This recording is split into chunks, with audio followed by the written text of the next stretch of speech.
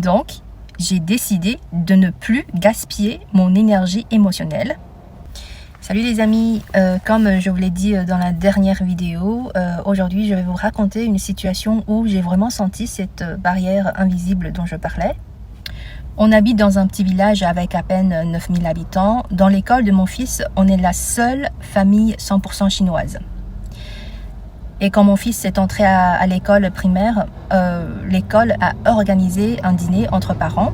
Et le lendemain, j'ai croisé sa maîtresse et elle m'a posé une question étrange. Alors, vous vous sentez vraiment intégré parmi eux? Franchement, j'ai eu un petit bug.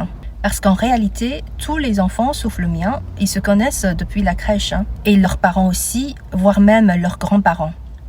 Je trouve que ce genre d'école familiale n'est pas toujours très accueillante pour les parents comme nous, qui ne sont pas du coin.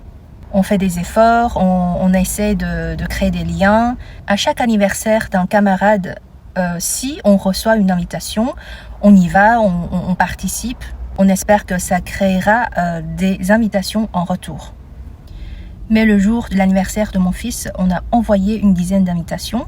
Certains ont dit qu'ils étaient trop occupés et d'autres ont dit qu'ils avaient eu du mal à être ajoutés dans le groupe WhatsApp. Bref, plein de petites excuses. Et franchement, c'était un peu gênant, quoi. Elle est où, la fameuse grande école familiale?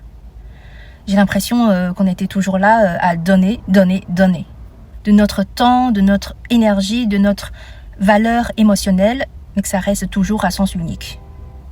Donc, j'ai décidé de ne plus gaspiller mon énergie émotionnelle.